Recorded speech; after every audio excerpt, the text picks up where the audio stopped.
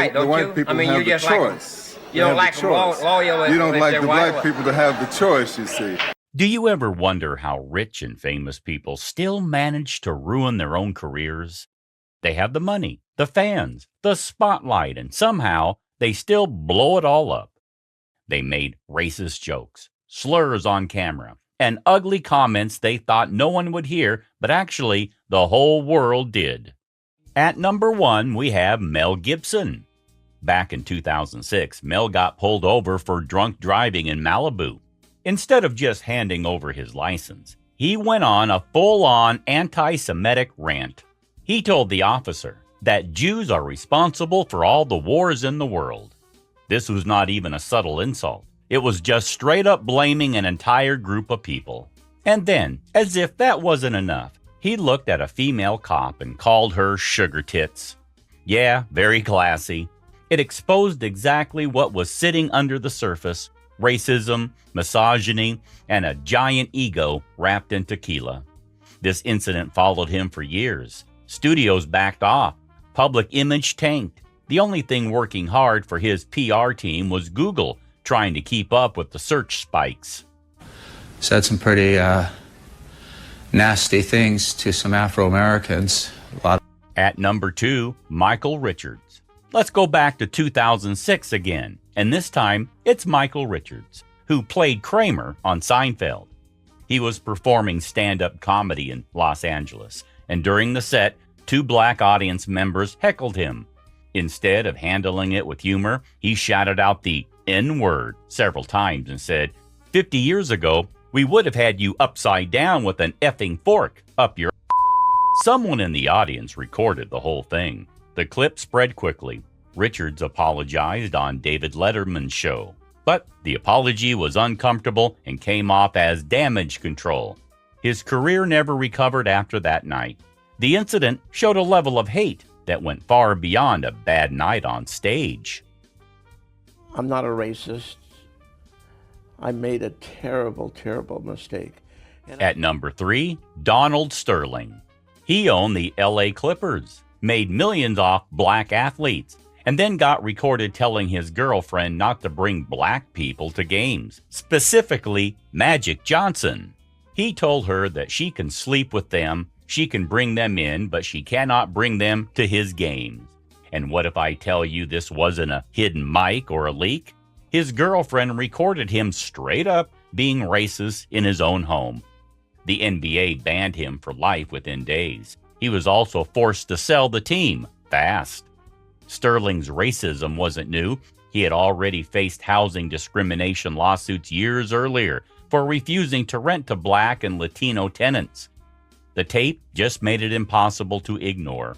He lost his team, but honestly, he probably still doesn't get what he did wrong. I don't know. It's tough to... There's not many people that you can even talk to about it. Number 4, we have Shane Gillis. In 2019, Shane Gillis was hired by Saturday Night Live. Within days, people found clips of his old podcast, and they weren't great. He mocked Chinese accents, used racial slurs casually, called Chinatown and used terms like while laughing with his co-host. The internet doesn't forget. SNL dropped him before he even got on air. Gillis said it was comedy, but was it actually? There is nothing funny about lazy racism hiding behind a mic. He didn't really apologize either. He just said he was pushing boundaries. The problem is, he wasn't pushing anything. He was dragging it back 30 years. Number 5, we have Nick Cannon. In 2020, Nick Cannon sat down on his podcast, Cannon's Class, and decided it was time to educate the world. Except his version of education included anti-Semitic conspiracy theories and calling white people savages with no soul. He said black people are the true Hebrews and accused Jewish people of manipulating the media and controlling finances. This wasn't vague, it was textbook anti-Semitism. Viacom CBS cut ties with him immediately. BET and other networks distanced themselves. He later apologized, but not before doubling down for a bit and making things worse. Even after the apology, people were split. Some accepted it, others pointed out how casual he was about pushing centuries-old hate, then acting shocked when there were consequences. I think Azealia is a very misunderstood individual, and I realized that when I started actually having conversations with her. Number 6, Azealia Banks. Twitter had seen chaos before, but Azealia Banks' 2016 meltdown set a new low. It started when the rapper, more famous for online drama than albums, accused Zayn Malik of copying her style in his Like I Would music video. Without much warning, she unleashed a full racist tirade. She called him the then 14-year-old little black, mocked his Pakistani heritage by saying, "I'ma start calling you Punjab, you." At one point, she even said Malik should go back to the Middle East, which, geographically speaking, made about as much sense as calling pizza Chinese food because he was not from the Middle East at all. As expected, the backlash was immediate. Twitter suspended her account permanently. Zayn Malik responded calmly in a Twitter post. He did not insult her back, which only made her racist meltdown look even worse. Azalea's attempt at clapback culture ended up being her exit ticket from the platform. Number 7, Tila Tequila. 1 minute, she was a reality star. The next, Tila Tequila was doing Nazi salutes online. After her 15 minutes of fame with A Shot at Love, Tila Tequila's 2013 public post shocked everyone. She uploaded photos of herself dressed in Nazi uniform, giving the Hitler salute, and captioned it with praise for Adolf Hitler. Not only this, Tila also once dressed her baby daughter Isabella up as Adolf Hitler too. She wrote posts calling Jewish people the cancer of society and claimed that Hitler was not such a bad guy and just misunderstood. In 2015, she entered Celebrity Big Brother UK, but was kicked out in less than 24 hours when her Nazi photos resurfaced. Producers said they had no idea about her extremist views, which, to be fair, was only believable if they had been living under a rock with no Wi-Fi. Very much criticized and misunderstood, and people don't give me a chance. By that point, Tila was banned from Twitter and Facebook repeatedly, showing that reality fame can rot faster than a forgotten sandwich. Earlier in 2016, she even launched a GoFundMe to help furnish her new place. Once a MySpace icon with over 1.7 million followers, her own reality show, and even a self-help book, she is now far from those peak moments. She is still finding ways to make ends meet however she can. Number 8, Jeffree Star. Before Jeffree Star was selling highlighters, he was throwing acid jokes at black women. In an early 2000s video, Star was filmed joking about throwing battery acid on a black woman's face to lighten her skin. He said it was a solution to her wearing the wrong foundation shade, as if racism and shade matching were somehow cousins at a bad family reunion. This was not just some teenager's bad joke. Star had a pattern of using racial slurs against black women during public arguments in malls and at concerts. One known victim was a black woman he insulted during a confrontation at a San Francisco Valley shopping mall. He called her racial slurs and mocked her appearance. Years later, when the clips resurfaced, Star apologized in a YouTube video but downplayed it as anger issues from his youth. Critics were quick to point out that battery acid jokes do not age out with puberty. So you have never used the N-word other than that one occasion? No, it's just... Number 9, Paula Deen. It was not just butter and biscuits that Paula Deen wanted to recreate. It was an entire plantation fantasy. In a 2013 deposition related to a racial discrimination lawsuit by her former restaurant manager, Lisa Jackson, Paula Deen admitted under oath that she had used the N-word multiple times in her life. More disturbingly, she described planning a wedding where she wanted black waiters dressed up in old Southern plantation-style uniforms to serve white guests. Deen thought it would be an authentic Southern experience. America thought it sounded like a Civil War reenactment nobody asked for. The Food Network fired her within days. Walmart, Target, and Smithfield Foods all cut ties too, faster than butter melts on a Georgia sidewalk. Me, at 68 years of age, to have to turn around and say, I ain't racist. Number 10, Sharon Osbourne.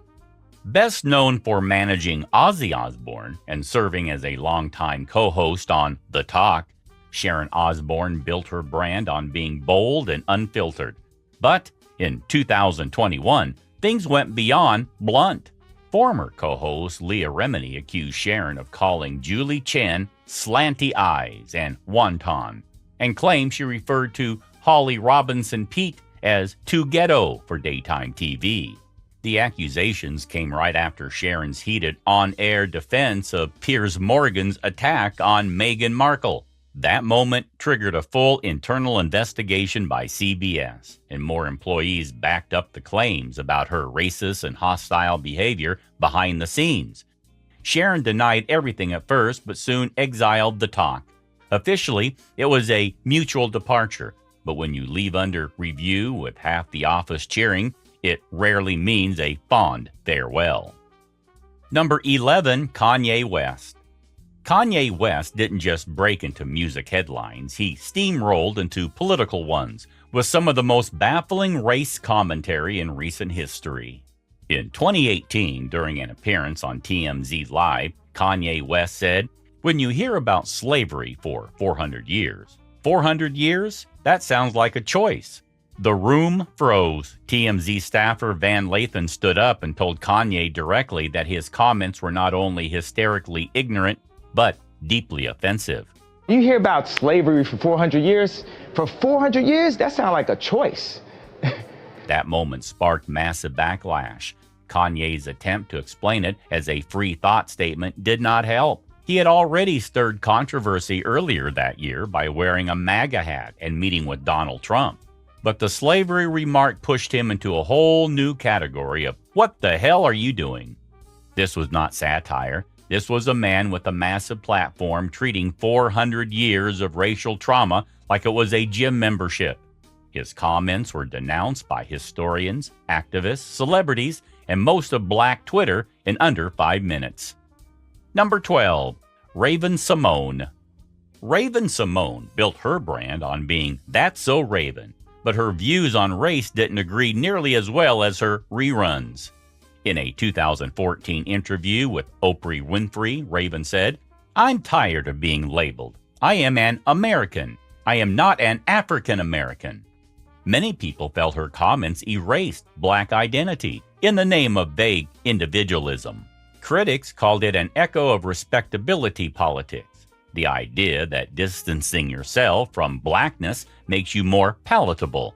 She later doubled down in interviews, saying she wanted to live in a post-racial society and didn't want to be defined by color. It sounded nice on paper, but completely ignored the reality that race absolutely defines how people are treated, in Hollywood and everywhere else. Raven's remarks were especially criticized because of her platform. Millions grew up watching her, but her take on identity made it clear she had grown out of touch with the community that helped build her career. I'm sad to see minorities make so much of themselves as a hyphenated American. I wish they'd. Number 13, John Wayne. John Wayne didn't just play cowboys. He carried old-school racism into interviews like it was part of the costume. In a 1971 Playboy interview, the legendary Western actor said, "I believe in white supremacy until the blacks are educated to a point of responsibility." He also said he didn't feel bad about the way Native Americans were treated, stating, "I don't feel we did wrong in taking this great country away from them." That was not taken out of context. He said it clearly and proudly. There was no joke, no satire, just raw, unapologetic white supremacy dressed in plain English. Wayne also dismissed civil rights films and called Midnight Cowboy perverted. In short, he was exactly the kind of guy you'd expect to kick dirt on your sneakers and call it patriotism. People have tried to reframe him over the years as a man of his time, but even in 1971, his opinions were seen as extreme. The man wasn't just acting in outdated roles, he was living them. Number 14, Mickey Rooney. Hollywood may want to forget it, but Mickey Rooney's most infamous role still plays on TV every year. In the 1961 classic Breakfast at Tiffany's, Mickey Rooney played Mr. Yunioshi, a Japanese landlord. He wore yellow-face makeup with exaggerated eyelids, buck teeth, and a cartoonishly offensive accent. His performance was a full-blown racial caricature, played for laughs. Director Blake Edwards later admitted they probably should not have done it. Rooney, however, defended the role for years. He claimed Asian fans told him they loved it, though no names were ever mentioned. Asian American actors and viewers have repeatedly said it was one of the most damaging portrayals they saw growing up, because it reinforced the idea that Asian people were weird, loud, and ridiculous side characters. Despite decades of criticism, the film remains a classic and is still aired regularly without context. Rooney's portrayal has since become a textbook example of how racism in film can be both celebrated and invisible unless you are the one being mocked. Steve Martin joins me this evening. For more than 30 years, he has done every kind of performance you can imagine. Number 15, Steve Martin. Steve Martin is a legendary comedian, writer, and actor known for his smart humor, but one Twitter joke in 2011 missed the mark completely. During a live Q&A, a fan asked him about grammar, saying, "What is the proper way to say, 'I met the president'?" Martin replied, "I met the president of America at an Indian casino." The joke sparked instant backlash. Critics called it a lazy stereotype that reduces Native American identity to gambling culture, a trope Native communities have pushed back against for years. Martin deleted the tweet quickly and issued an apology, admitting it was insensitive and not well thought out. Though not malicious, the moment showed how even respected figures can casually reinforce racism when they lean on punchlines without thinking about who gets punched. And I would never go out of my way or consciously try to hurt anyone's feelings or make them feel bad or uncomfortable. Number 16, Katherine Heigl. Katherine Heigl, best known for Grey's Anatomy and romantic comedies, faced backlash for making a racially insensitive joke during the 2007 appearance on The Late Show with David Letterman. She recounted a dinner at a Korean restaurant by mimicking Korean speech with exaggerated gibberish sounds. Then she said, "I don't know what it was, but it barked before it died." The line played on the offensive stereotype that Koreans casually eat dogs, a harmful trope that has long been used to dehumanize Asian cultures. Many Asian American viewers were offended, but at the time the clip passed mostly without major media attention. Heigl never issued an apology or acknowledged the reaction. The moment resurfaced years later when fans began revisiting Hollywood's long-standing problem with casual racism disguised as comedy. For many, it confirmed that Heigl's reputation for being difficult wasn't just about ego, it was also about tone deafness. Disney has just settled a lawsuit with Gina Carano. You know Gina Carano, my former colleague. Number 17, Gina Carano. A former MMA fighter turned actress, Gina Carano is best known for her role in The Mandalorian. She was fired by Lucasfilm in early 2021 after a string of controversial and racially insensitive posts. The final straw came when she shared an Instagram story comparing the treatment of conservatives in modern-day America to Jews during the Holocaust. The post read, "Jews were beaten in the streets. Not by Nazi soldiers, but by their neighbors, even by children." Her post clearly suggests that being conservative today was equivalent to being a Jew in Nazi Germany. Before that, Carano had already been called out for mocking pronoun usage on Twitter by writing boop, bop, beep in her bio. She also shared posts spreading misinformation about COVID-19, election fraud, and Black Lives Matter protests, some of which were shared from accounts known for pushing white nationalist talking points. Lucasfilm released a statement calling her social media activity abhorrent and unacceptable. Carano claimed she was being silenced for her views and later signed a film deal with far-right platform The Daily Wire. Her fall from Disney stardom turned into a political rallying cry, but not everyone wanted front row seats. It's one of the, was it 20 million people or something in one? I mean, there was a giant hit. 27. Oh, yeah, sorry. Number 18, Roseanne Barr. Roseanne Barr, the longtime comedian and star of the sitcom Roseanne, was fired from her own show in May 2018 after a racist tweet aimed at Valerie Jarrett, a former senior advisor to President Obama. Barr tweeted, "Muslim Brotherhood and Planet of the Apes had a baby, equals VJ." The post compared a black woman to an ape and implied a connection to Islamic extremism. The response was immediate. ABC canceled the hit reboot of Roseanne the same day, despite its high ratings.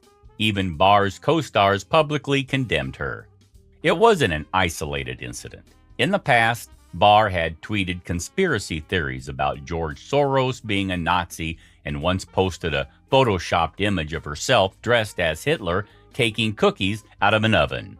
It was an obvious Holocaust reference. She blamed her 2018 tweet on Ambien, but the drug manufacturer famously responded, "Racism is not a known side effect." Barr later apologized, sort of. She cried in interviews, claimed she didn't know Jarrett was black, and said she was misunderstood. But the damage was done. The reboot continued without her, rebranded as The Connors, while Barr became a cautionary tale about what happens when decades of racism catch up to a public platform. Number 19, Chris Brown.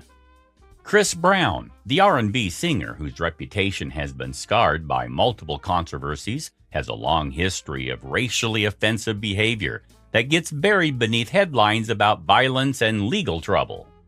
In 2012, after winning a Grammy, Brown went on Twitter to clap back at critics and casually threw out racial and homophobic slurs. In one instance, he called someone the N-word and homo during an Instagram argument.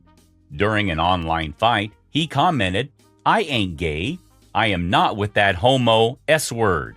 You homo thugs, don't mess with me."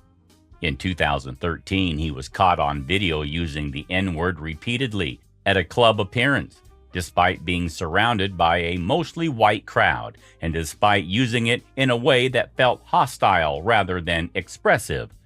While Brown has tried to rebrand himself over the years, his pattern of aggression paired with racial slurs has made it hard for many to separate the music from the behavior. He rarely apologizes and usually shrugs things off, making it clear that accountability is not high on his playlist. Keeping to myself, I was keeping on as much of a structured schedule as Number I could. 20, Justin Bieber, who rose to global stardom as a teenage pop sensation, had a major reckoning in 2014 when two old videos surfaced of him using racist slurs and laughing about them. The first video, released by The Sun, showed a 15-year-old Bieber telling a racist joke that ended with the N-word. A few days later, another clip leaked where he sang a parody of his own hit, One Less Lonely Girl, changing the lyric to One Less Lonely N-word and joking about joining the KKK. Bieber issued public apologies, saying he didn't understand the weight of his words at the time and had since educated himself. He also said that his friends and mentors, including Usher, helped guide him through the backlash. While many accepted the apology, others pointed out that the video showed a comfort with racism, not just ignorance. Since then, Bieber has spoken about his past and used his platform to support racial justice causes, but the clips remain part of the darker footnotes in his career. Number 21, Emma Roberts.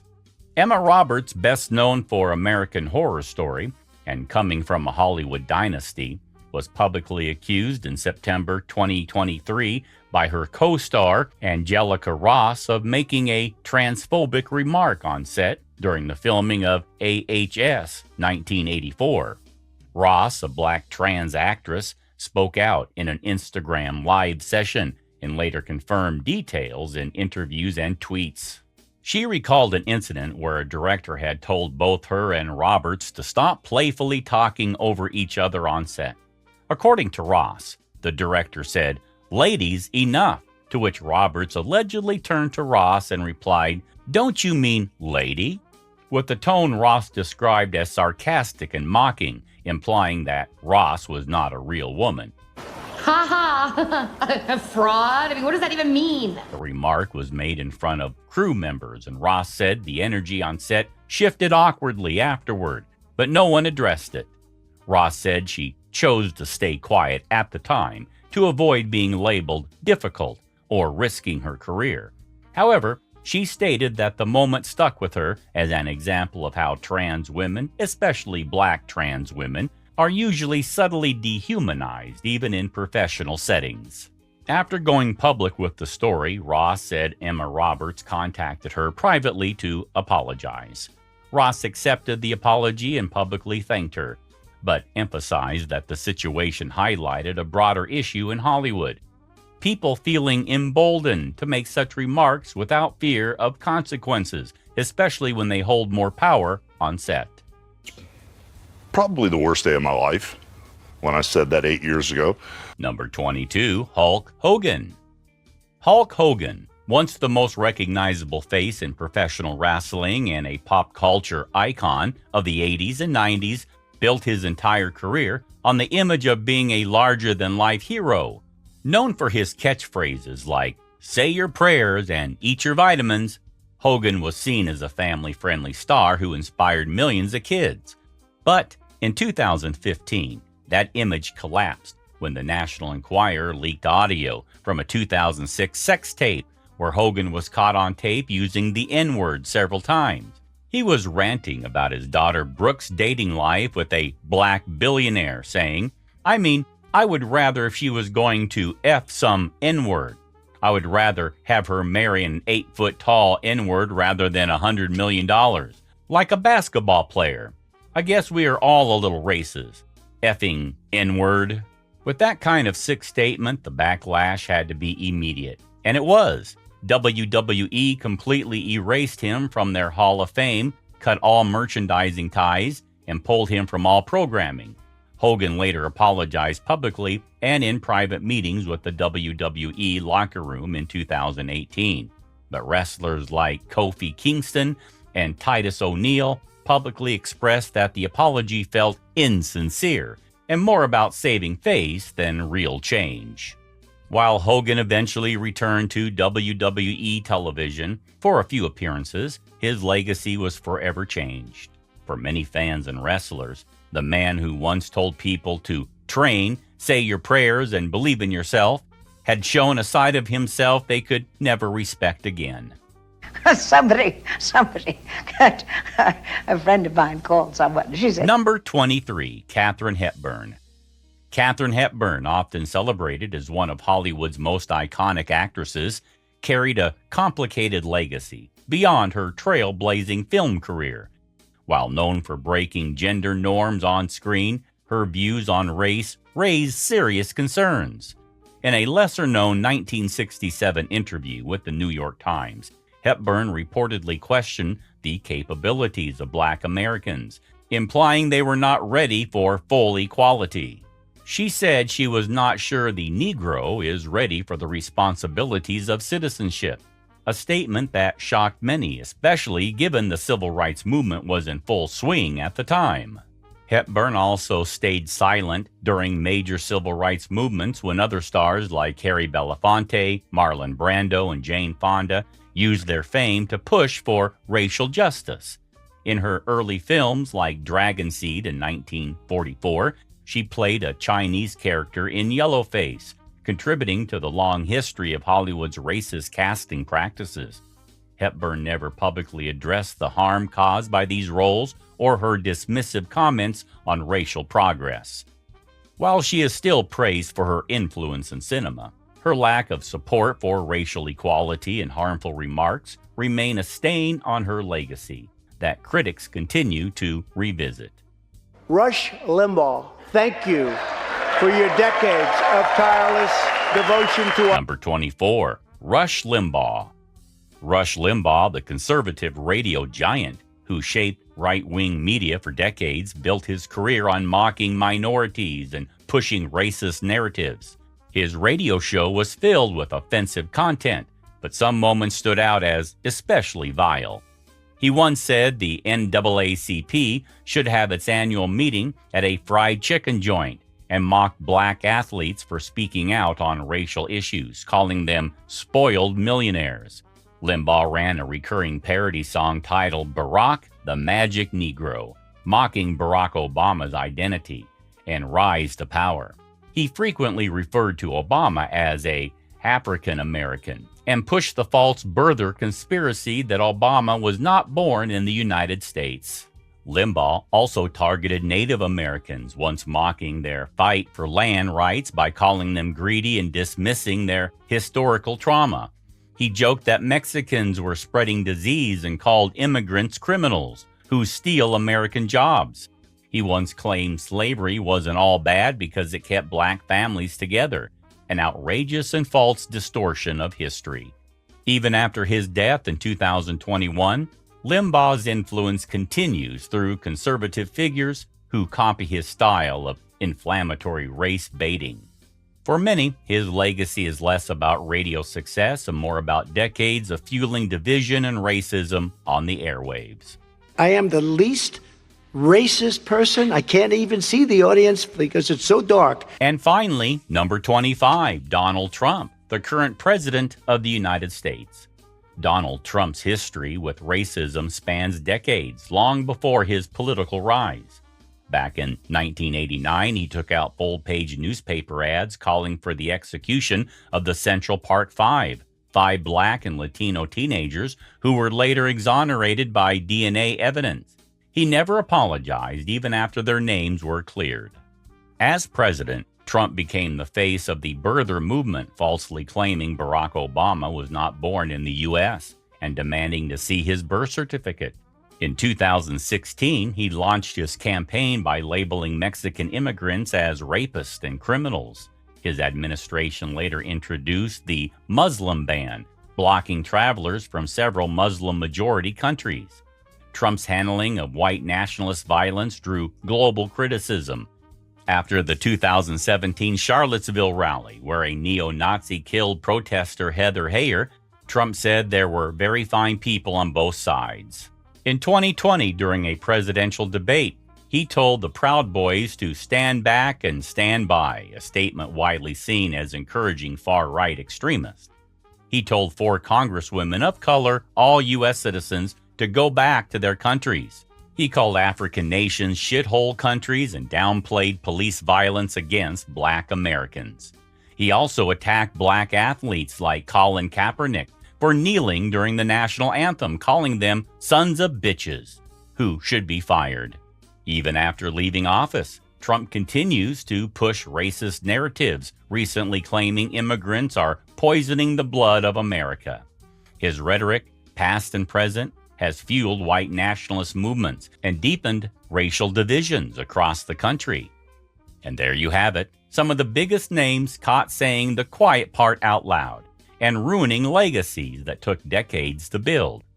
If you enjoyed this video, hit that like button and subscribe for more. Thanks for watching, and we'll see you in the next one.